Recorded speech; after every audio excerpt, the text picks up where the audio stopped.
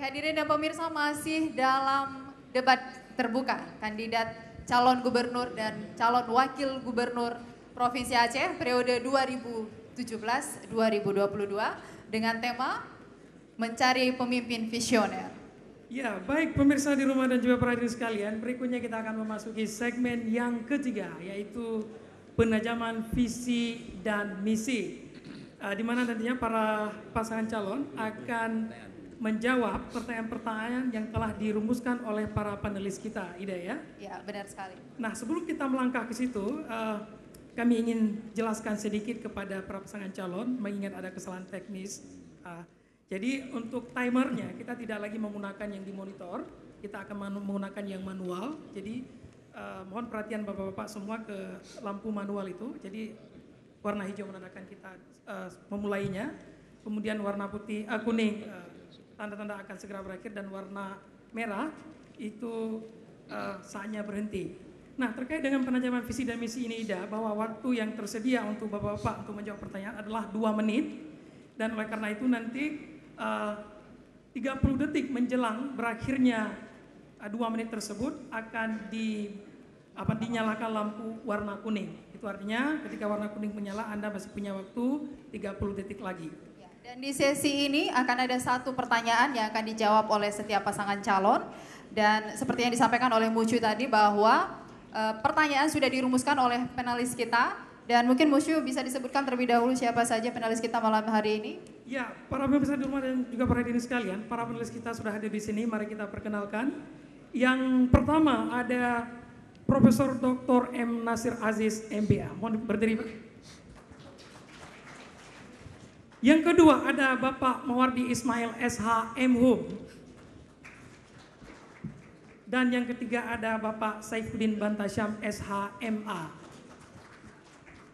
Baik, Ida, kita mohon perwakilan salah satu dari panelis untuk menyerahkan soal yang akan ditanyakan kepada para pasangan calon.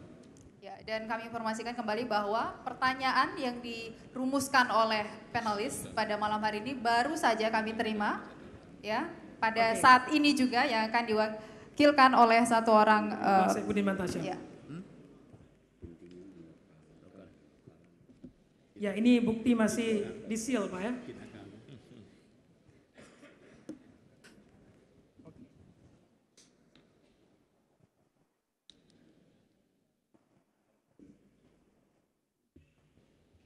Baik, soal ataupun pertanyaan sudah ada di tangan kami dan kita akan langsung masuk ke sesi penajaman visi dan misi, dan ini juga akan dimulai dari nomor urut 1. Pasangan nomor urut 1, dan ini juga sudah berdasarkan kesepakatan bersama pada saat 5 Januari 2017 yang lalu yang dihadiri oleh para wakil dari setiap pasangan calon dan juga disaksikan oleh KIP. Ya, artinya ini kita akan urutkan seperti yang tertera di mimbar masing-masing dari 1 sampai dengan 6. Kita awali dari nomor urut 1, silakan Ida, pertanyaannya apa kira-kira?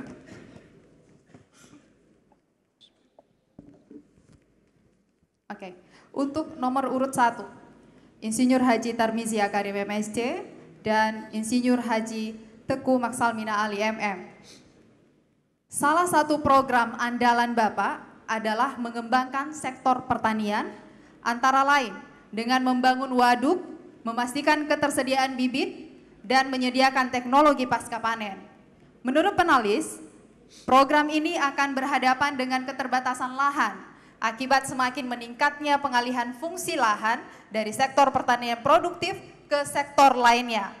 Atas dasar itu, pertanyaan kami, apa langkah-langkah konkret yang Bapak akan tempuh untuk mengatasi masalah pengalihan fungsi lahan tersebut? Ya, waktunya 2 menit dari sekarang. Terima kasih, dan inilah yang menjadi hal yang sangat-sangat esensial yang juga kami sebutkan secara menyeluruh dalam visi kami. Bahwa sekarang dalam fakta memang pencuyutan lahan pertanian.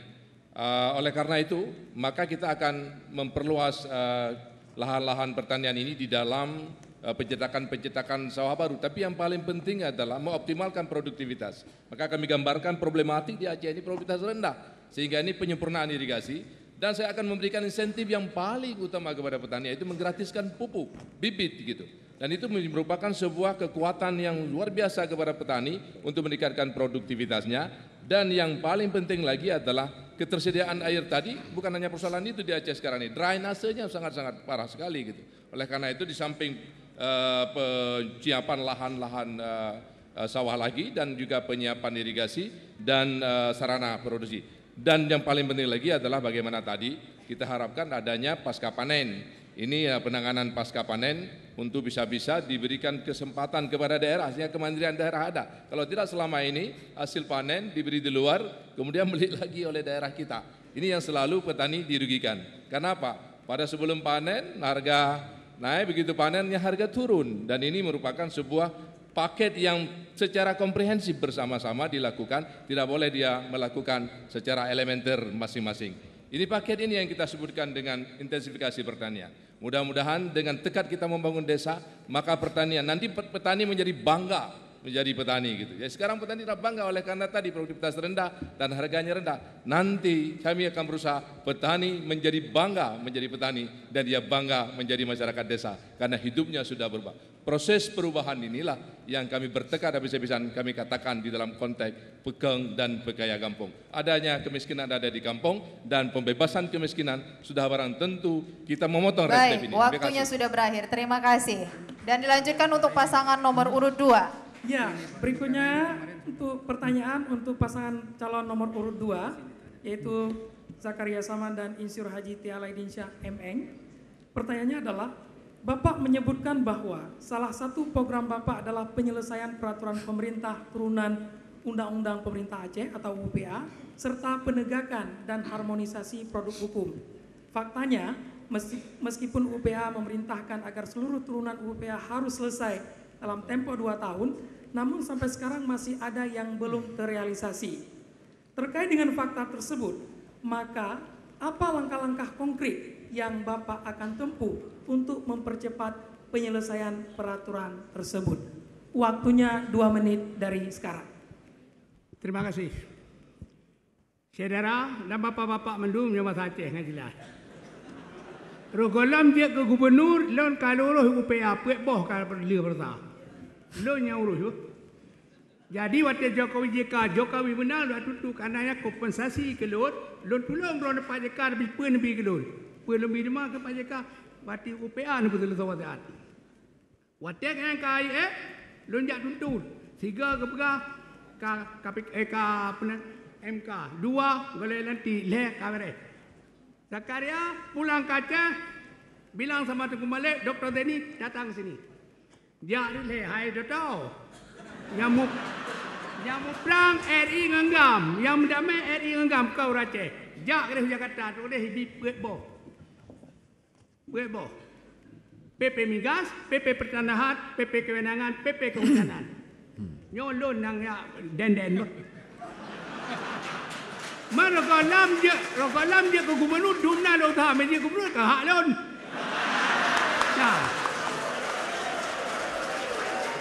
Jadi dalam hayan nyopkan haba lembah koyo lonjak gede ngempeng raw alun. Sebab kalau janji ngau Aceh pilih lon jamin anak rakyat. Banyak pilih lon medua dah ke. Jadi dalam hayan siap UPA saya siap. Karena UPA dulu saya Defense of Minister berarti Menteri Pertahanan saya dulu. Jadi dalam bayar don jangan dibuat lonjak dengan urus Aceh dia urus. Nang hana mersapi lonjak sih. Jadi boleh hom saya Pak Gubernur negeri. Jadi dalam hayan don usaha teraya upaya. Kenjelakan? Ya, saya kira waktu yang singkat saya jelaskan bahwa ketika calon presiden dulu Pak Apakarya berpihak kepada Jokowi JK dengan kompensasi. Baik, waktunya berakhir kandidat dengan nomor 2. Kami persilakan berikutnya Ida. Baik, untuk pasangan calon nomor urut 3, Dr. Insinyur Haji Abdullah Putih MSI sebagai calon gubernur dan Said Mustafa Usap Al Idrus SMSI sebagai calon wakil gubernur. Salah satu pasca bakti pembangunan Aceh yang Bapak sebut adalah reintegrasi. Kesan kami Yang Bapak pahami sebagai reintegrasi adalah mengintegrasikan berbagai sektor pembangunan.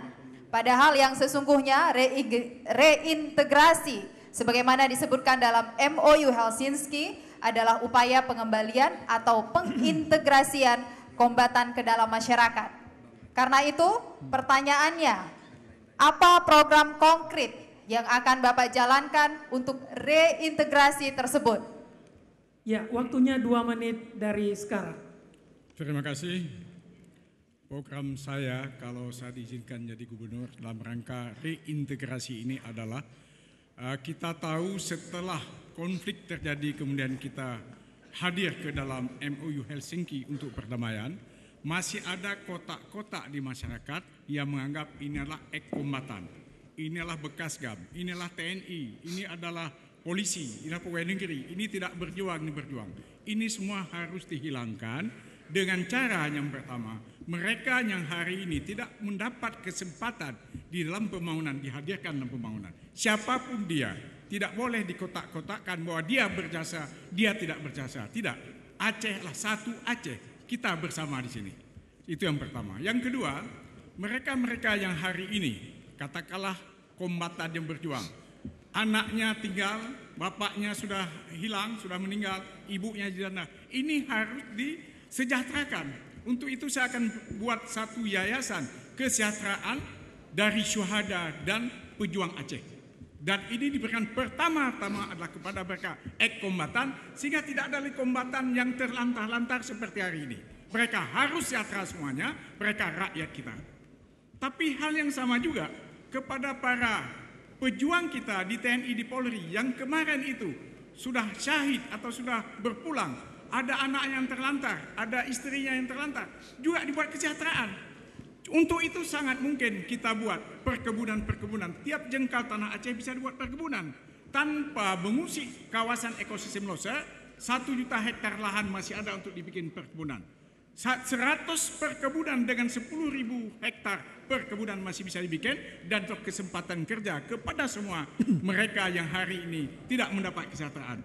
Saya yakin kalau semua sudah sejahtera, maka kotak-kotak itu tidak lagi. Kalau semua sejahtera, damai akan hadir. Kalau semua baik, waktunya berakhir. Terima kasih. Kita lanjutkan ke pasangan urut nomor 4. Baik, berikutnya paslon nomor urut 4 yaitu Dr. Haji Jeni Abdullah dan Insur Haji Nasaruddin MM.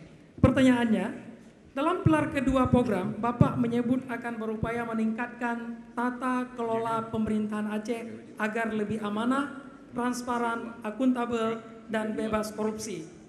Tetapi dalam uraian pilar tersebut tidak tergambarkan dengan jelas strategi memberantas korupsi, kolusi, dan nepotisme di Aceh. Atas dasar itu, maka kami ingin menanyakan, apa langkah-langkah konkret yang Bapak akan tempuh untuk menjadikan Aceh bebas dari korupsi, kolusi, dan nepotisme? 2 menit dari sekarang, dipersilakan. Baik. Apa yang kita, menurut pertanyaan tadi, kita telah mencoba untuk mengelola dana APBA dengan semaksimum mungkin supaya bebas daripada dan pengelolaan secara murni. Ini telah dapat kita dapat hasil yang baik, di mana kita sekarang telah menurut keputusan daripada Badan Pemeriksa Kewangan itu mendapat WTP. WTP ini tidak pernah dapat ditemui oleh pemerintah sebelumnya, tapi kami sudah dapat. Dengan ini pemerintah pusat juga sudah memberi insentif kepada pemerintah Aceh sebanyak 726 miliar sebagai insentif, sebagai terima kasih kepada pengelolaan secara murni, secara bersih tentang kewangan di Provinsi Aceh ini. Ini insyaAllah kita akan lanjutkan. Ini akan kita pertahankan supaya tidak ada riak-riak nanti yang akan mengambil keuntungan, kesempatan dalam kesempitan. Terutama sekali kami akan membuat sesuatu yang kira-kira SKP bekerja secara betul dan secara patuh dan jernih. Juga nanti mitra kerja kami adalah DPR, juga kita minta supaya bekerja sama supaya tidak ada hal-hal yang akan membuat kita akan jatuh kembali ke dalam jurang. inilah yang akan kita programkan, kita teruskan. Terima kasih. Masih ada waktu? Kami tambahkan bahwa di dalam menciptakan tata kelola pemerintahan yang baik atau berkualitas, kita ingin menerapkan di Provinsi Aceh ini seluruh kegiatan itu diawali dengan tepat waktu. Sebagai contoh adalah penyusunan APBA atau APBK di semua kabupaten kota, itu sudah ditetapkan waktunya adalah pada bulan September dan Oktober. Baik, waktunya berakhir, kandidat nomor urut 4. Silakan pasangan berikutnya, Ida. Ya, ini karena perwakilan dari nomor urut 5 tidak hadir, kita langsung ke nomor urut 6. Iya.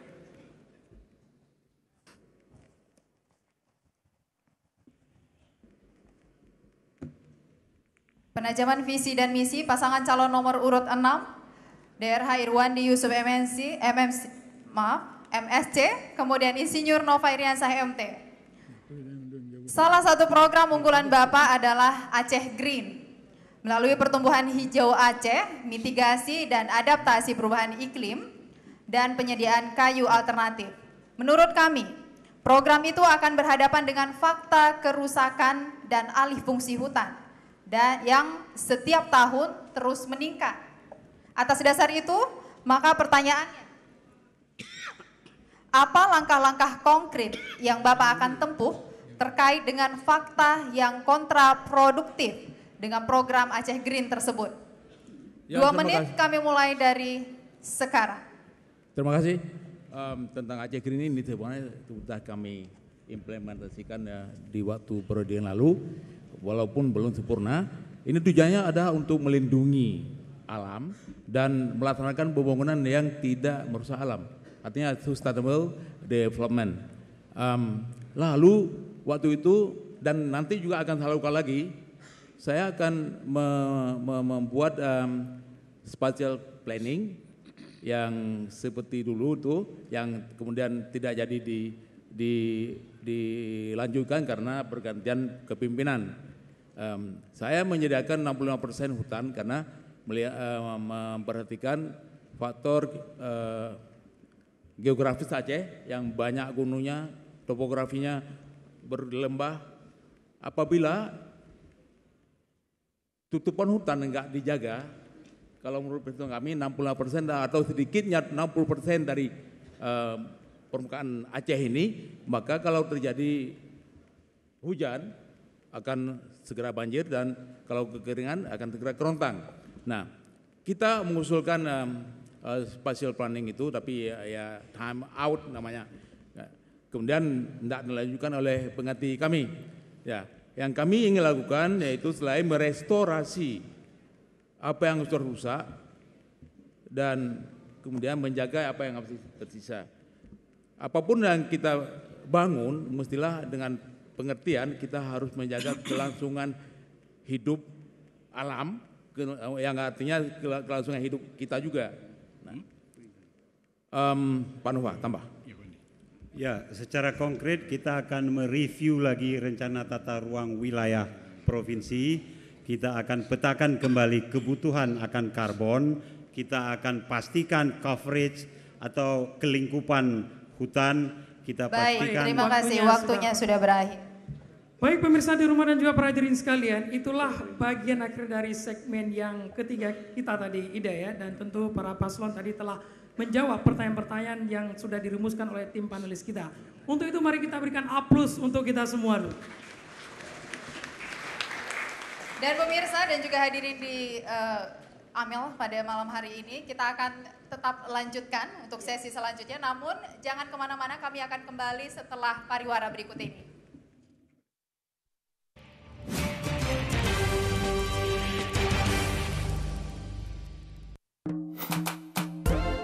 Suaramu dinanti, Aceh damai, Aceh ku memilih. Yeah, wahai rakan dong, japile pemimpin.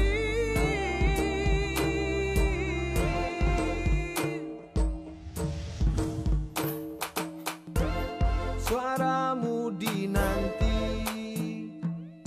Aceh damai, Aceh ku memilih.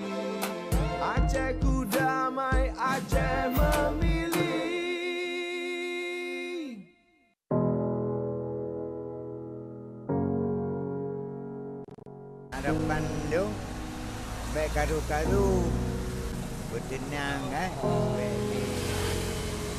Udara tapi kalau kan berged manual belah pihak kan. Pilihan beda bedanya saudara. Saya Basri M. Sabi, Wakil Ketua Komisi Independen Pemilihan Aceh. Kita akan melaksanakan pilkada serentak untuk yang ketiga kalinya pasca Aceh damai. Beberapa tahapan sudah kita mulai. Saya percaya kita tetap dapat menjaga keharmonisan relasi politik, relasi sosial, dan kedewasaan kita dalam berdemokrasi, sebagaimana 2 pilkada sebelumnya. Saya menghimbau kepada seluruh elemen masyarakat untuk mensukseskan pilkada. Pilihan boleh berbeda, tapi persaudaraan tetap harus jaga. Biarkan rakyat bebas memilih sesuai hati nurani. Dengan demikian, rakyat bisa memilih pemimpin melalui proses yang demokratis.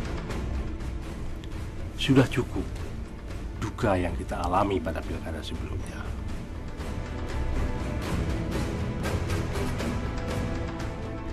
Sudah banyak korban nyawa akibat perbedaan atas sebuah pilihan.